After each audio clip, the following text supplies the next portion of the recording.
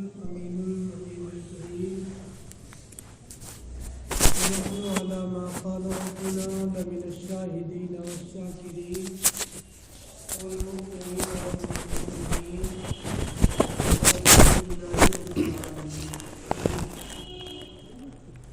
خالقانہ عقیدت و محبت کے ساتھ بارگاہ رسالت مآب صلی اللہ تعالی علیہ وسلم میں یہ درود پاک پیش کریں.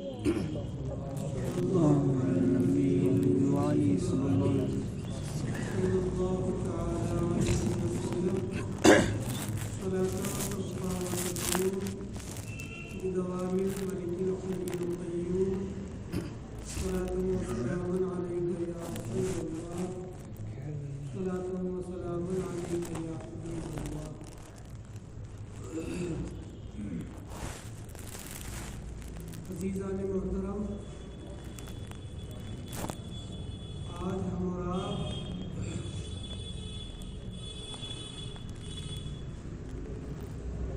اپنے اس محسن کی یاد منانے کے لیے یہاں حاضر ہوئے ہیں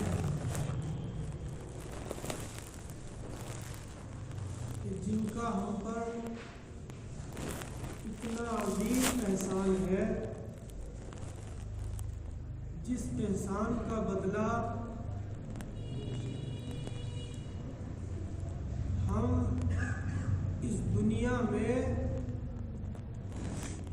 چکا ہی نہیں سکتے. بے شک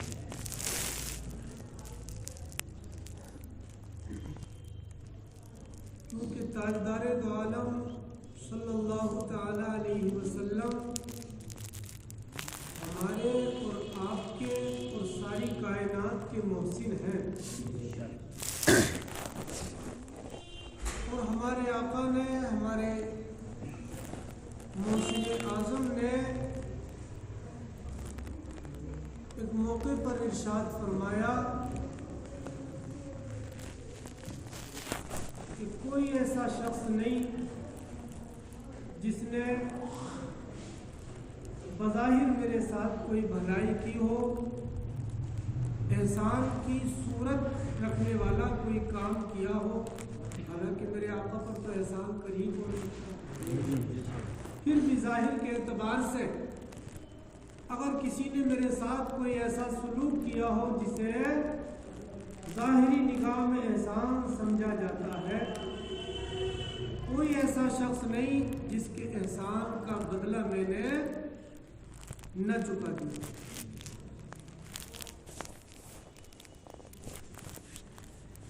ہاں، آقا فرماتے ہیں کہ ایک ذات ہے جس کے احسان کا بدلہ میں ابھی تک نہیں چکا سکتا.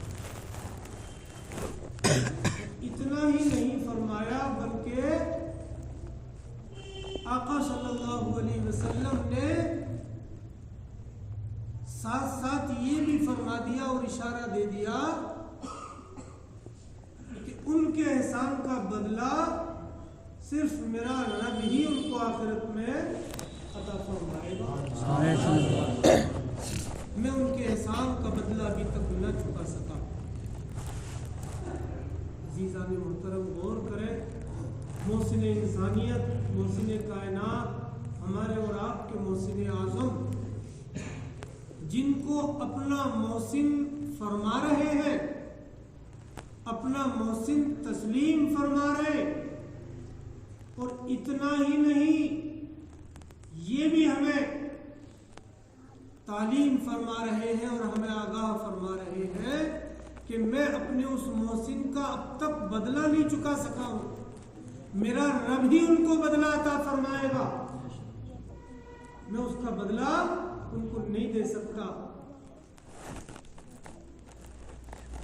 یقین جانیں، آقا صلی اللہ علیہ وسلم نے جن کے بارے میں یہ ارشاد فرمایا وہ یقیناً ہمارے ایسے محسن ہیں کہ ہم تا دم آخر اپنی پوری زندگی ان کا شکر ادا کرتے رہے اور ان کے احسان کا بدلہ چکانے کی کوشش کرتے رہے.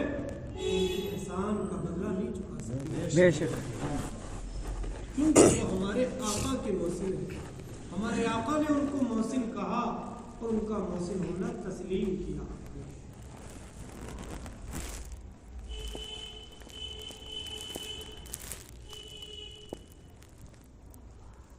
بلا شبہ اللہ تعالیٰ نے نبی اکرم صلی اللہ علیہ وسلم کے جانبدار کو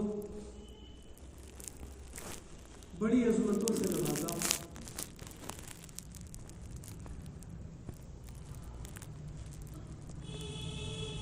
اللہ اور اس کے رسول صلی اللہ تعالیٰ علیہ وسلم نے ان کی اطاعت کو ہم پر لازم کیا. آقا ارشاد فرماتے علیکم بسنتی و سنت الخلفاء الراشدین المہدیین، تم پر میرے طریقے کو اپنانا بھی لازم ہے اور میرے خلفاء راشدین کے طریقے کو اپنانا بھی لازم ہے. خلفاء راشدین میں اول جن کا مقام ہے وہ سیدنا ابو بکر صدیق رضی اللہ عنہ. آپ جانتے ہیں رب کا فرمان ہے وما ينطق عن الهوى ان هو الا وحی یوحی. نبی کوئی گفتگو کوئی کلام اپنی خواہش سے نہیں کرتے، وہ جو کچھ بولتے ہیں وہ وحی الہی ہے. بے شک ہمارے آقا نے جو یہ فرمایا کہ تم پر میری اطاعت بھی لازم ہے اور میرے بعد میرے خلفائے راشدین کی اطاعت لازم ہے، یعنی ابو بکر صدیق کی اطاعت لازم ہے، عمر فاروق کی اطاعت لازم ہے، عثمان غنی کی اطاعت لازم ہے، علی شیر خدا رضی اللہ تعالیٰ عنہ کی اطاعت لازم ہے. تو یہ کلام بھی میرے آقا کا اللہ ہی کے حکم سے ہے، یہ بھی وحی الہی ہے. جن کی اطاعت کو اللہ نے اس کے حبیب نے ہم پر لازم کیا، ان کی عظمتوں کا ہم اندازہ نہیں لگا سکتے. بلا شبہ اللہ تعالیٰ نے آپ کو عظمتوں رفعتوں کے ایسے مقام پر فائز کیا ہے کہ ہماری فکریں تھک جائیں گی مگر آپ کے اس مقام کی عظمت اور بلندی کو پورے طور پر نہیں سمجھ سکتے. عزیزان محترم، ان کو بے شمار اللہ نے عظمتیں عطا فرمائی، رفعتیں عطا فرمائی، یہ بات تو امر مسلم ہے. اور اللہ تعالیٰ ہر دن ان کے مقام بلند سے بلند تر ہی فرما رہا ہے. لیکن ہمارا ان محفلوں کو منعقد کرنے کا مقصود کیا ہے؟ اللہ تعالیٰ کے ان محبوب بندوں کی یاد منانے، ان کا ذکر کرنے کا فائدہ کیا ہے؟ کوئی مقصد ہونا چاہیے، کوئی فائدہ ہونا چاہیے جو اپنے حاصل. یہ مقام، یہ عظمتیں اور یہ رفعتیں ان کو کیوں حاصل ہوئی؟ ان کے اندر ایسی کون سی خاص بات تھی جس کی بنیاد پر اللہ تعالیٰ نے ان کو اس بلند مقام پر فائز فرمایا؟ تقدیر تو اپنی جگہ پر ہے، لیکن ایسا نہیں ہے کہ بندے کی عظمتوں میں اور رفعتوں میں بندے کے اعمال، ان کے افعال اور ان کے کردار کا کوئی دخل نہ ہو. اللہ تعالیٰ نے اپنے حبیب اکرم صلی اللہ علیہ وسلم کی دوستی اور آپ کی سنگت کے لیے ابو بکر صدیق رضی اللہ تعالیٰ عنہ کو چنا اور یہ مقام آپ کو عطا فرمایا. بلا شبہ صحبت کی بنیاد پر جو مقام آپ کو حاصل ہوا وہ اپنی جگہ پر ہے، لیکن صحبت تو اور دیگر صحابہ کو بھی حاصل ہے. مگر صحابہ میں بھی کوئی صدیق نہیں، آخر کوئی تو خاص بات ہے کہ جو مقام اور جو مرتبہ آپ کو حاصل ہوا، جس کی بنیاد پر آقا صلی اللہ علیہ وسلم نے ارشاد فرمایا کہ ہر مومن کو اللہ کا دیدار ہوگا، مگر آقا فرماتے جو دیدار میرے ابو بکر کو ہوگا وہ کسی کو نہیں.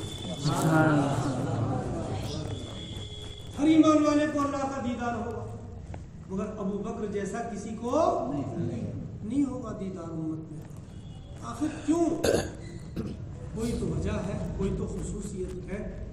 بس صدیق اکبر رضی اللہ تعالیٰ عنہ کی حیات پاک کے چند گوشے میں آپ کے سامنے رکھوں، کسی طویل گفتگو کی امید آپ نہ لگائیں، چند گوشے جن سے ہمیں درس حاصل کرنا چاہیے، اور ہمیں بھی صدیق اکبر رضی اللہ تعالیٰ عنہ کے اس کردار میں آپ کی غلامی کا ثبوت دینا چاہیے۔ تو یقیناً ہم ابو بکر صدیق جیسے تو نہیں بن سکتے، مگر ہاں ان کے غلام بن سکتے ہیں، ان کے غلاموں میں ہمارا شمار ہو سکتا ہے۔ اور یہ بھی ہمارے لیے کوئی کم شرف کی بات نہیں ہوگی کہ اگر اللہ تعالی ہمیں اپنے حبیب اکرم صلی اللہ علیہ وسلم کے یار غار ابو بکر صدیق رضی اللہ تعالیٰ عنہ کے غلاموں میں شامل فرما لے، آپ کے غلاموں میں لکھ لے، تو یہی ہماری معراج ہے۔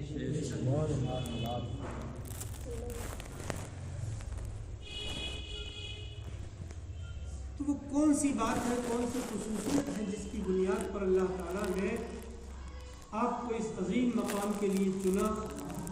عزیزان محترم، یوں تو آپ کی حیات پاک کا ہر پہلو ہمارے لیے مشعل راہ ہے، مگر پوری حیات پاک کا آپ کی مطالعہ کرنے کے بعد دو باتیں واضح طور پر ہمارے سامنے آتی ہیں جن کے بارے میں یہ کہا جا سکتا ہے کہ یہی بنیاد ہے اور یہی بنیادی وجہ ہے جن کی بنیاد پر اللہ تعالیٰ نے آپ کو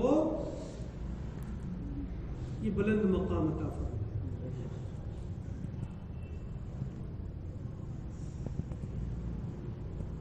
ان تمام باتوں کو سمیٹا جائے تو دو چیزیں سامنے آتی ہیں۔ ایک ہے صدیق اکبر رضی اللہ تعالیٰ عنہ کا ایثار، نبی اکرم صلی اللہ علیہ وسلم کے لیے قربانی، اور ایک ہے صدیق اکبر رضی اللہ تعالیٰ عنہ کی اطاعت، جو آپ نے نبی اکرم صلی اللہ علیہ وسلم کی فرما برداری کی، اطاعت کی۔ یہ دو کام ایسے ہیں کہ یوں تو اور دیگر صحابہ کی حیات پاک میں بھی ایثار اور اطاعت ہمیں ملتی ہے، نظر آتی ہے، مگر جس قسم کا ایثار اور جس قسم کی اطاعت صدیق اکبر رضی اللہ تعالیٰ عنہ کی حیات پاک میں ہے، اس سے دیگر صحابہ کی زندگی ہمیں خالی نہیں ہوتی۔ اسی بنیاد پر دیگر صحابہ میں کوئی دوسرا آپ کے جیسا نہ ہو سکتا۔ ایثار، قربانی، کن کن چیزوں کی آپ نے قربانی دی؟ اللہ کے پیارے حبیب صلی اللہ تعالی علیہ وسلم کے لیے۔ عزیزان محترم، انسان کو اپنی جان پیاری ہوتی، مال پیارا ہوتا ہے، ماں باپ پیارے ہوتے ہیں، اور اولاد سے انتہائی محبت ہوتی ہے۔ یہ چار چیزیں وہ ہیں کہ فطری طور پر، غیر اختیاری طور پر انسان کے دل میں ان چاروں کی محبت ہوتی ہی ہے، اور عام طور پر ہوتا یہ ہے کہ ان چاروں کی محبت باقی تمام محبتوں پر غالب ہوتی ہے۔ مگر عزیزان محترم، ابو بکر صدیق رضی اللہ تعالی عنہ کی حیات پاک کا مطالعہ کرنے سے صاف ظاہر ہوتا ہے کہ آپ کے دل میں ان چاروں کی محبت رہی ہوگی اپنے اپنے طور پر، مگر آپ نے ان چاروں کی محبت کو نبی اکرم صلی اللہ علیہ وسلم کی محبت پر قربان کرو۔ جب جب آقا کی محبت سے آپ کے والدین کی محبت کا ٹکراؤ ہوا، آپ نے والدین کی محبت کو ٹکرا دیا، آقا کی محبت کو گلے لگا۔ مال کی محبت سے ٹکراؤ ہوا تو مال کو قربان کر دیا، اولاد کی محبت سے ٹکراؤ ہوا تو اولاد کی محبت کو قربان کر دیا اور نبی کی محبت کو سینے لگا دیا، اور اپنی جان کی محبت سے نبی کی محبت کا ٹکراؤ ہوا تو آپ نے اپنی جان کی بھی کوئی پرواہ نہ کی، اپنی جان کی محبت کو بھی آپ نے نبی کی محبت پر قربان کیا۔ چاروں کی محبت پر نبی اکرم صلی اللہ تعالی علیہ وسلم کی محبت ہی غالب رہی، نہ آپ نے آقا کی محبت پر ماں باپ کی محبت کو غالب ہونے دیا، نہ اولاد کی محبت کو غالب ہونے دیا، نہ مال کی اور نہ اپنی جان کی محبت کو غالب ہونے دیا۔ چاروں محبتیں آپ نے آقا صلی اللہ علیہ وسلم کی محبت پر قربان کر دی۔ یہ وہ خصوصیت ہے جو آپ کو حاصل ہے، اور اس کو سامنے لانے سے پہلے میں یہ بتا دوں آپ کو کہ یہی چاروں محبتیں ہیں جو آج ہمیں نبی سے دور کرتی جا رہی ہیں، بے شک، اور دین سے دور کرتی جا رہی ہیں، خدا سے دور کرتی جا رہی ہیں۔ آج جو ہمارا دین سے دوری بننے کا ایک بنیادی سبب بنا ہوا ہے وہ یہ چاروں محبتیں ہی۔ کہیں ہمارے بھائی اپنے ماں باپ کی محبت پر دین قربان کر دیتے، کہیں اولاد کی محبت پر اپنا دین قربان کر رہے اور نبی کی محبت کو قربان کر رہے، کہیں مال کی محبت پر قربان کر رہے اور کہیں جان کی محبت پر قربان کر رہے۔ یہ چاروں محبتیں نبی کی محبت پر غالب آتی جا رہی ہیں اور ہم دین سے آہستہ آہستہ دور ہوتے جا رہے ہیں۔ آج ہمارا معاشرہ ہے کہ وہ نبی کو چھوڑنے کے لیے تیار ہے، رشتہ داروں کو چھوڑنے کے لیے تیار ہے۔ یہ بات چاہے قرآن کریم کی روشنی میں سمجھا دو، چاہے احادیث مبارکہ کی روشنی میں سمجھا دو، یہ سمجھ میں ہمارے بھائیوں کی آ ہی نہیں رہی ہے۔ یہ بات سب سے زیادہ محبت کا حقدار کون ہے؟ نبی پاک ہے یا ہمارے رشتہ دار؟ نبی پاک ہے یا ہمارا کاروبار؟ یہ بات سمجھ میں آ ہی نہیں رہی ہے ہمارے پاس۔ ہم نے اپنے عزیزوں کی، رشتہ داروں کی، اپنے کاروبار اور اپنے مال کی محبت کو نبی کی محبت پر غالب کر لیا ہے، اس لیے آہستہ آہستہ دین رخصت ہوتا جاتا ہے۔ آپ دیکھ لیجیے، کہیں دور جانے کی حاجت نہیں ہے، آپ صرف مراد آباد کا جائزہ لے لیجیے۔ 10 15 20 سال پہلا مراد آباد کا حال اور آج کا حال دیکھیے کیا حال ہو گیا۔ اس میں آپ جب اس کا تجزیہ کریں گے اور غور کریں گے تو نتیجتاً میں نے جو کچھ کہا ہے مجھے امید ہے کہ آپ اس کو دل سے تسلیم کریں گے۔ سچ یہی ہے کہ ہمارے مراد آباد پر جو گمراہی غالب ہو رہی ہے وہ رشتہ داروں کی محبت میں، دولت اور کاروبار کی محبت میں گمراہی مسلط ہوتی جا رہی ہے۔ کوئی شخص نبی کو برا کہہ رہا کہتا رہے، ہے تو ہمارا رشتہ دار، ہمیں چھوڑنا نہیں۔ کوئی نبی کو برا کہہ رہا، نبی کے صحابہ کو برا کہہ رہا، ہمارا کاروباری معاملہ ہے، کاروبار خراب نہیں ہونا چاہیے۔ نبی کو برا کہہ رہا کہتے رہو، کوئی بات نہیں۔ یہی وجہ ہے، یہی وہ چیز ہے جو صدیق اکبر رضی اللہ تعالیٰ عنہ کی حیات پاک میں تھی کہ آپ نے دنیا کی کسی شے کو اور کسی شے کی محبت کو نبی کی محبت پر غالب نہیں ہونے۔ چند گوشے آپ کے سامنے رکھوں، آپ نتیجہ نکالیں۔ محفلوں کا کوئی مقصد ہونا چاہیے، ہماری کچھ سمجھ میں آنا چاہیے، اور نبی کے غار کی یاد منانے کے لیے آئے ہیں تو ان کی حیات پاک، ان کے کردار سے ہمیں کچھ ملنا چاہیے۔ بے شک ایک واقعہ حدیث کی روشنی میں مختصر سے لفظوں میں عرض کروں، آپ جانتے ہیں کہ صدیق اکبر رضی اللہ تعالیٰ عنہ کو ابتداءً ہی مان لیا، مگر دیگر کفار مکہ کی طرح آپ کے والد ابو قحافہ نے ایمان لانے میں تاخیر کی، دیر لگائی۔ جس طرح دوسرے کفار مکہ جلدی ایمان نہیں لائے، دیر لگائی، اسی طرح ابو بکر صدیق رضی اللہ تعالیٰ عنہ کے والد بھی ذرا دیر سے ایمان لائے۔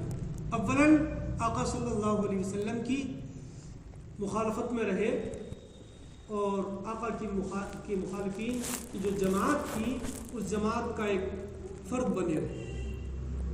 اب ظاہر سی بات ہے، مخالفت تو مخالفت ہوتی ہے۔ بعد ہی ایمان لائے اور سچے صحابی رسول بنے، ان کا بڑا اعلیٰ مقام ہے ان کا، ان کے قدموں سے لگنے والی دھول ہمارے جیسے ہزاروں سے افضل ہے، لیکن ابتداء ایمان نہیں لائے، لہذا آقا صلی اللہ علیہ وسلم کی محبت دل میں نہیں تھی اس وقت تک۔ ایک دن ایسا ہوا، آقا سے نفرت کا اظہار کرتے ہوئے اپنے بیٹے ابو بکر صدیق رضی اللہ تعالیٰ عنہ کے سامنے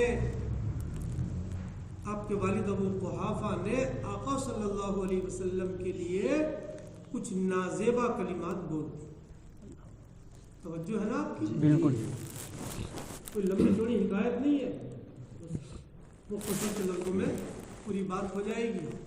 آقا کی شان میں گستاخی کرنا، سیدھے لفظوں میں یہ کہیں، کس نے کی گستاخی؟ ابو قحافہ کون ہے؟ ابو بکر صدیق رضی اللہ تعالیٰ کے والد۔ کس کی شان میں گستاخی کی؟ آقا کی۔ پیچھے پیچھے کیا بولا کرتے تھے کبھی الگ بات۔ ایک دن ابو بکر صدیق کے سامنے گستاخی کر دی اور کچھ نازیبا کلمات بول دیے، بس آقا صلی اللہ علیہ وسلم کی محبت نے جوش مارا، غیرت ایمانی ابو بکر صدیق کی جوش میں آئی اور ایک زوردار تماچا اپنے والد کے منہ پر جڑا۔ کس کے منہ پر تماچا مارا؟ والد کے، باپ کے منہ پر تماچا مارا۔ توجہ ہے نا؟ مجھے کچھ اور کہنے کی حاجت نہیں، یہاں تک کہ الفاظ ہی آپ کو درس دینے کے لیے کافی۔ صدیق اکبر رضی اللہ تعالیٰ نے اپنے اس کردار سے، اپنے اس عمل سے ہمیں کیا درس دیا، کچھ بتانے کی حاجت نہیں، اتنی عقل سب رکھتے ہیں۔ کیا درس دے رہے ہیں آپ؟ نبی کی محبت ہی ہر چیز پر غالب رکھیں گے، تبھی ہم مومن کامل کہلائیں گے۔ اگر ہم نے نبی کی محبت پر کسی کی محبت کو غالب کیا، وہ چاہے ماں باپ کی کیوں نہ ہو، اسی ذات محترم ہم مومن کامل کہلانے کے حقدار نہیں۔ آپ کا کردار بتا رہا، والدین کا ادب اپنی جگہ پر ہے، مگر میرے آقا کی شان میں گستاخی، بھول گئے میرے والد ہے یہ، آقا کی محبت کو غالب رکھا، باپ کی محبت کو قربان کر دیا اور ایک زوردار تماچا باپ کیجیے۔ اور اس سے آگے بڑھ کر بھی اس واقعے کی اگلی کڑی بتا دوں۔ آقا کو معلوم ہوا، میرے آقا کو ذرا احساس ہوا والد ہے،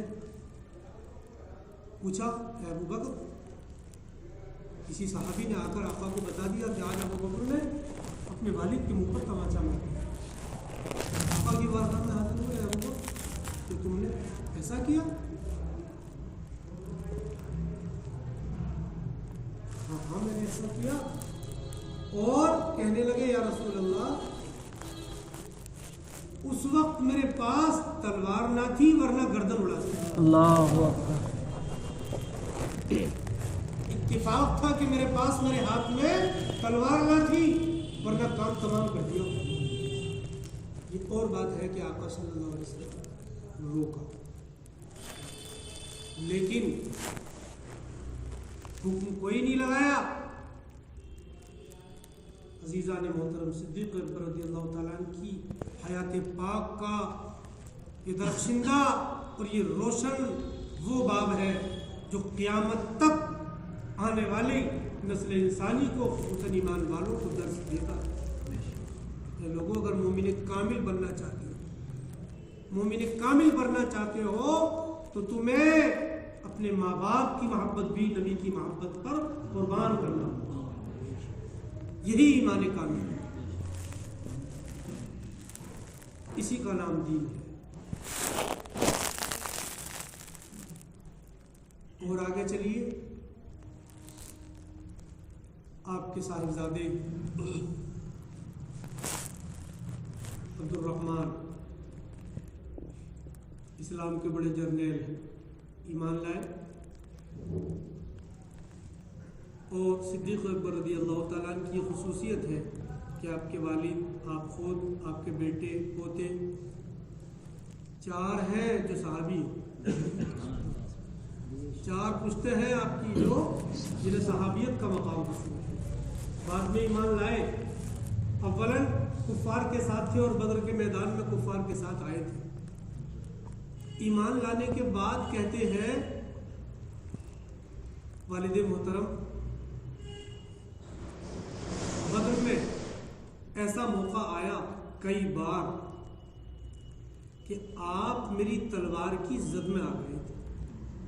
کفار کے لشکر کے ساتھ تھے آپ کے صاحبزادے عبد الرحمن، آپ میری تلوار کی زد میں آ گئے تھے۔ اگر میں چاہتا تو وار کر کے آپ کو شہید کر سکتا تھا، آپ کا کام تمام کر سکتا تھا، مگر جب میں آپ کے سامنے آیا اور آپ میری تلوار کی زد میں آئے، مجھے خیال آیا میرے والد ہیں، میں آپ سے بچ کر نکل گیا، ورنہ کئی بار آپ میری تلوار کی زد میں آ گئے۔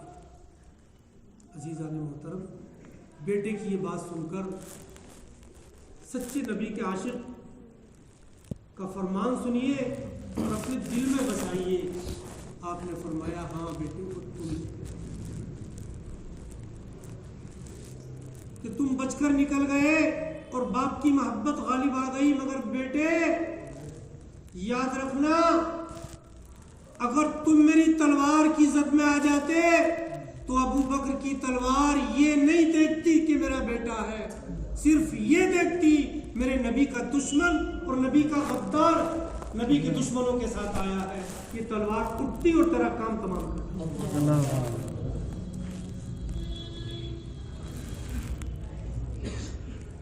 یہ بھی صدیق اکبر رضی اللہ تعالیٰ عنہ کی حیات پاک کا وہ روشن باب ہے جو قیامت تک میں جھنجھوڑتا رہے گا اور ہمیں درس دیتا رہے گا۔ ایمان کامل اسی کا نام ہے، اور یہی میرے آقا نے فرمایا، لا یؤمن احدکم حتی اکون احب الیہ من والدہ وولدہ والناس اجمعین۔ تم میں سے کوئی اس وقت تک مومن کامل نہیں ہو سکتا جب تک کہ میں اسے، اس کے ماں باپ، اس کی اولاد اور تمام لوگوں سے زیادہ پیارا نہ ہو۔ یہی آقا نے فرمایا، اور اس پر صدیق اکبر رضی اللہ تعالیٰ نے عمل کر کے کہنے کے لیے تو بہت لوگ ہیں، جانو کہ قربان کرنے کا دعویٰ تو بہت لوگ کرتے ہیں، مگر عمل کر کے دکھانا مشکل ہے۔ وہ نبی اکرم صلی اللہ علیہ وسلم کے یار غار میں حق ہے، کوئی دکھاوا نہیں ہے اس گفتگو میں، سچائی ہے بلا شبہ۔ عبد الرحمن ابن ابی بکر اگر حضرت ابوبکر صدیق کی تلوار کی عزت میں آ جائے تو بچ نہیں پاتے۔ اور اس کے آگے چلیے، ام المومنین، ہماری اور آپ کی اور قیامت تک کے تمام مومنوں کی ماں حضرت عائشہ صدیقہ رضی اللہ تعالی عنہا، نبی اکرم صلی اللہ تعالی علیہ وسلم کی زوجیت میں آئی، کم عمری تھی، بچپنا تھا، آقا سے بے پناہ محبت رکھتی تھی، والد کی طرح ٹوٹ کر محبت کرتی تھی، اور آقا صلی اللہ علیہ وسلم کے خلاف ایک لفظ بھی سننا آپ کو کبھی گوارا نہیں ہوتا تھا، کبھی نہیں گوارا ہوتا۔ آقا کے وصال کے بعد صحابی رسول کی زبان سے کچھ الفاظ نکل گئے جو گستاخانہ نہیں تھے نبی پاک کے لیے، وہ آپ کو اتنے ناگوار ہوئے کہ طویل زمانے تک آپ نے ان سے کلام نہیں۔ آقا سے سچی محبت تھی، مگر اس کے ساتھ ساتھ عورت تھی اور وہ بھی کم عمری تھی، بہت زیادہ۔ کسی بات پر آقا سے کچھ ناراضگی ہو گئی، شوہر اور بیوی کے درمیان ناراضگی ہوتی ہی رہتی ہے، کسی بات پر ہو گئی ناراضگی، آقا صلی اللہ تعالیٰ علیہ وسلم نے حضرت ابوبکر صدیق کو بلایا، ان کی بیٹی ہے، تاکہ بات آپ کے سامنے رکھیں۔ ابوبکر صدیق حاضر ہو گئے، آقا تشریف فرما ہے، ام المومنین حضرت عائشہ بھی موجود ہے۔ آقا نے فرمایا، اے عائشہ تم وہ بات بتاؤ گی ابوبکر کو یا میں بتا دوں؟ دیکھیے کم سنی ہوتی ہے، کم عمری ہوتی ہے، آپ کی زبان سے یہ الفاظ نکل گئے کہ آپ ہی بتا دیں، آپ ہی بیان فرما دیں، مگر صحیح سے، کیا؟ مگر صحیح بتا دیں، سچ بتا دیں، آپ ہی بتا دیں۔ کس کے لیے کہا؟ آقا صلی اللہ علیہ وسلم کے لیے۔ کس نے؟ ام المومنین حضرت عائشہ صدیقہ۔ بس یہ الفاظ آپ کی زبان سے نکلنا تھے کہ صدیق اکبر رضی اللہ تعالی عنہ کی غیرت ایمانی جوش میں آ گئی، جلال میں آ گئے۔ آپ آقا صلی اللہ علیہ وسلم کے سامنے کمال ادب بنے رہتے تھے ہمیشہ۔ بیٹی کی زبان سے جب یہ آقا کے لیے الفاظ سنے کہ آپ ہی بیان کرتے، مگر صحیح جلال میں آ گئے، اور جلال میں آ کر ایک زوردار تماچا ام المومنین حضرت عائشہ صدیقہ رضی اللہ عنہ چہرے پر جل گیا۔ اتنی زوردار تماچا مارا، تاریخ شاہد ہے کہ ام المومنین کے منہ سے خون نکل گیا اور کہا ہے اپنی جان کی دشمن کیا بک رہی ہے؟ کیا اللہ کے حبیب غلط بیانی سے کام لیں گے؟ کیا اللہ کے حبیب جھوٹ بولیں گے؟ کیا بول رہی ہیں؟ اتنا جانتی تھی نبی پاک سے کتنی محبت ہے، بس یہ الفاظ زبان سے اچانک نکل گئے کسی طرح۔ یہاں تک جلال آیا آپ کو کہ ام المومنین نے آقا صلی اللہ علیہ وسلم کی پشت کے پیچھے چھپ کر پناہ لی، آقا کی پناہ لی، اور آقا نے فرمایا ابوبکر ہم نے تمہیں اس کام کے لیے نہیں بلایا، لیکن دیکھ اولاد کی محبت کو نبی کی محبت پر کس طرح قربان کر رہے ہیں، اور کس طرح ہمیں اور آپ کو اور تمام ایمان والوں کو کس طرح درس دے رہے ہیں۔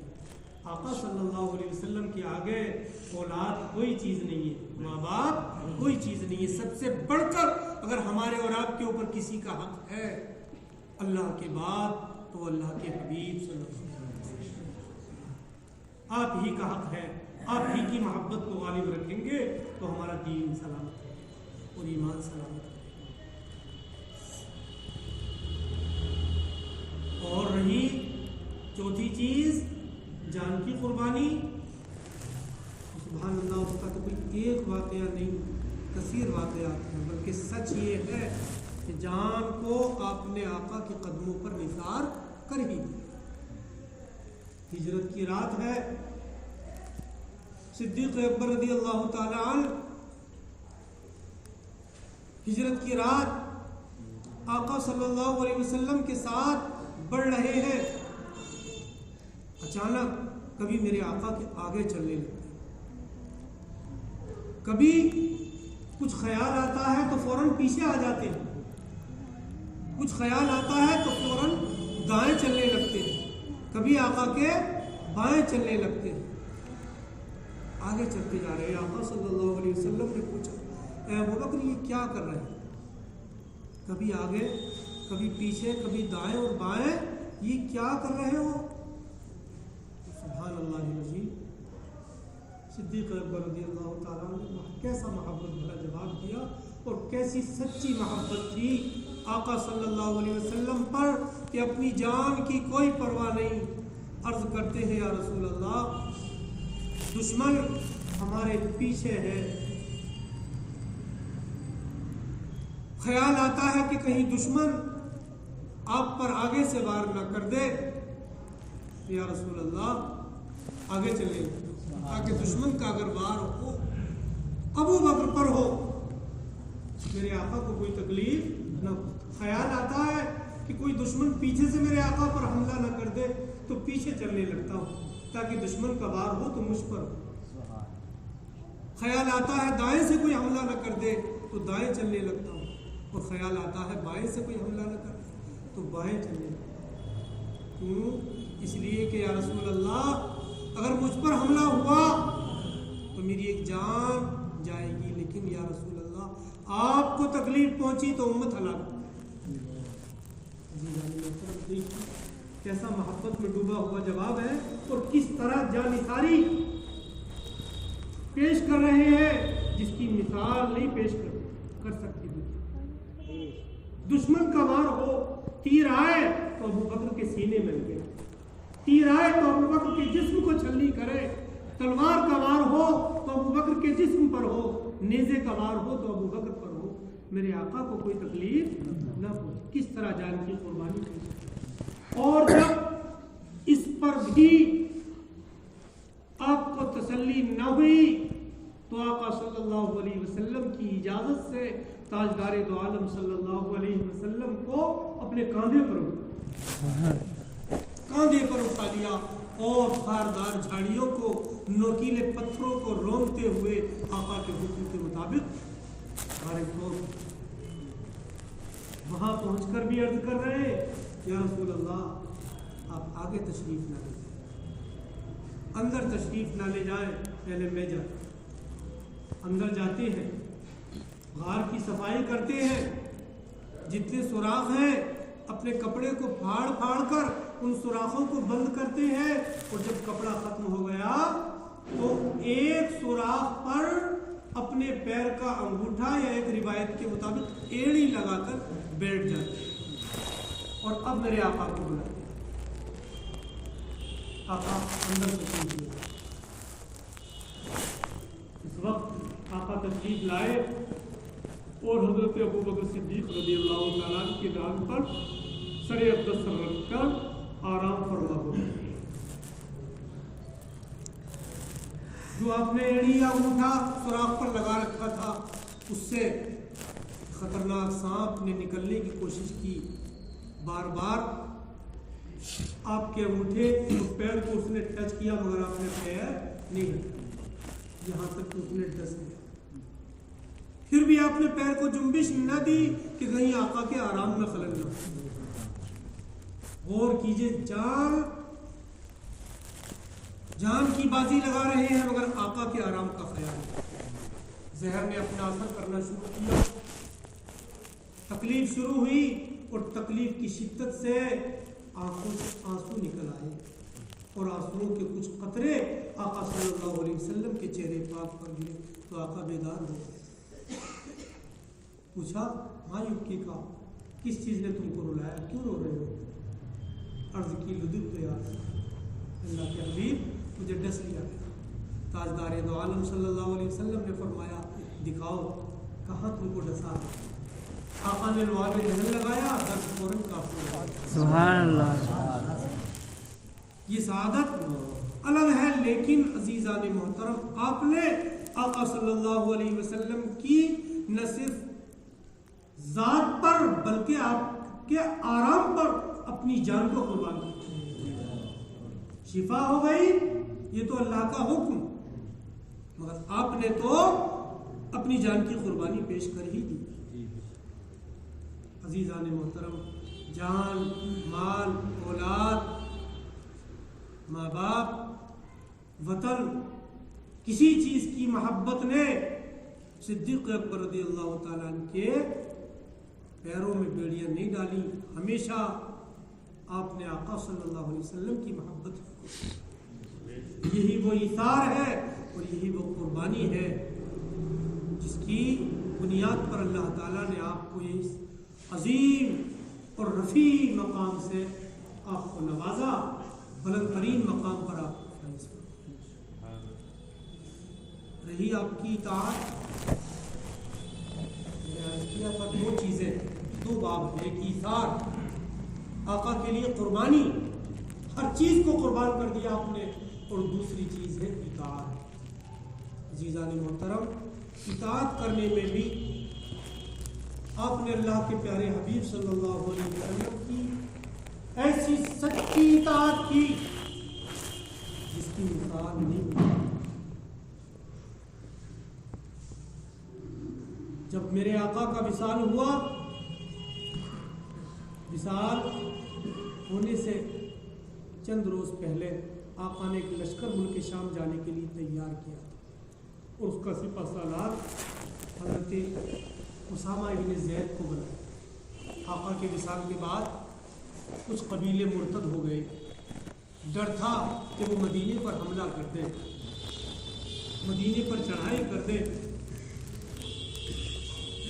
لہذا تمام صحابہ کی رائے یہ تھی کہ اس لشکر کو روک لیا، اس لشکر کو روک لیا جائے، ملک شام نہ بھیجا جائے. مگر میرے آقا حضرت ابوبکر صدیق کو حکم دے چکے تھے کہ اسامہ کے لشکر کو ملک شام بھیج دیں. لہذا آپ نے تمام صحابہ کی رائے کو ٹکرا دیا اور تمام صحابہ کو اور ہم سب کو اور قیامت تک آنے والے ایمان والوں کو درس دیا کہ لوگوں، مصلحتیں اگر نبی اکرم صلی اللہ علیہ وسلم کے فرمان سے ٹکراؤ ہو جائے نبی کے فرمان کا مصلحتوں سے، تو مصلحتوں کو ٹکرا دینا، نبی کے فرمان پر عمل کرنا، اسی میں تمہارے لیے کامیاب. تمام صحابہ ایک طرف تھے کہ اس لشکر کو روک لیا جائے، خطرہ منڈلا رہا ہے مدینے پر. مگر آپ نے فرمایا کہ اگر مجھے یہ یقین ہو جائے کہ اس لشکر کے جانے کے بعد ایک روایت کے مطابق درندے اور ایک روایت کے مطابق کتے، آپ نے فرمایا آ کر مجھے مدینے میں آ کر پھاڑ ڈالے. یہ ایک روایت کے مطابق فرمایا امہات المومنین کے پیروں کو پکڑ کر گھسیٹتے پھرے، تب بھی میں اس لشکر کو نہیں روکوں گا جس لشکر کو جانے کا میرے آقا نے، جس جھنڈے کو آقا نے بلند کیا ہے میں اس جھنڈے کو سرنگوں نہیں کروں. مصلحتیں نبی کی اطاعت میں اگر آڑے آئیں تو مصلحتوں کو ایک طرف پھینک دیا جائے، نبی کی اطاعت میں ہماری کامیابی. آپ نے اس لشکر کو نہیں روکا. صحابہ نے یہ کوشش کی اچھا اس کا سپہ سالار ہی بدل دو. یہ 18 سال کا نوجوان اتنے بڑے لشکر کا سپہ سالار بن کر جا رہا ہے. یہ سن کر تو آپ کو بہت ہی جلال آیا. آپ اٹھے، خاموشی سے لشکر گاہ میں آئے، حضرت اسامہ کو حکم دیا گھوڑے پر بیٹھے. آپ کا حکم پا کر آپ گھوڑے پر بیٹھے. حضرت اسامہ رکاب میں آپ پیدل ساتھ چل رہے ہیں. حضرت اسامہ نے عرض کیا خلیفہ رسول اللہ، آپ مجھ سے گستاخی کرا رہے ہیں، آپ میرے ساتھ پیدل چل رہے ہیں اور مجھے گھوڑے پر سوار کر دیا. فرمایا بیٹھے رہو. کیا تعلیم دے رہے صحابہ کو، کیا تعلیم دے رہے؟ لگانو یہ سپہ سالار میرا بنایا ہوا نہیں ہے، یہ اللہ کے حبیب کا انتخاب ہے. ہماری ہزاروں کی نہیں لاکھوں کی رائے غلط ہو سکتی ہے، میرے آقا کی رائے غلط نہیں ہو سکتی. آقا نے جس مقصد کے لیے چن لیا وہ فیصلہ اٹل ہے. یہ زمین پھٹ سکتی ہے، یہ آسمان پھٹ سکتا ہے، یہ پہاڑ اپنی جگہ سے ہٹ سکتے ہیں، میرے نبی کا فرمان اور میرے نبی کا انتخاب غلط نہیں ہو سکتا. یہی 18 سال کا نوجوان اس لشکر کا سپہ سالار بن کر گیا اور وہ گیا اور کامیابی اور کامرانی فتح و نصرت کے ریلے لگاتا ہوا. سبحان اللہ. یہ ہے نبی کی اطاعت. عزیزان محترم، کسی طویل گفتگو کی مزید حاجت نہیں میں سمجھتا ہوں. آپ نے ان واقعات سے ضرور درس لیا ہوگا اور اس کو اپنی عملی زندگی میں لانے کی کوشش کریں تاکہ ہماری ان محفلوں کا پورا فائدہ ہمیں حاصل ہو. پروردگار ہمیں حبیب اکرم صلی اللہ علیہ وسلم کے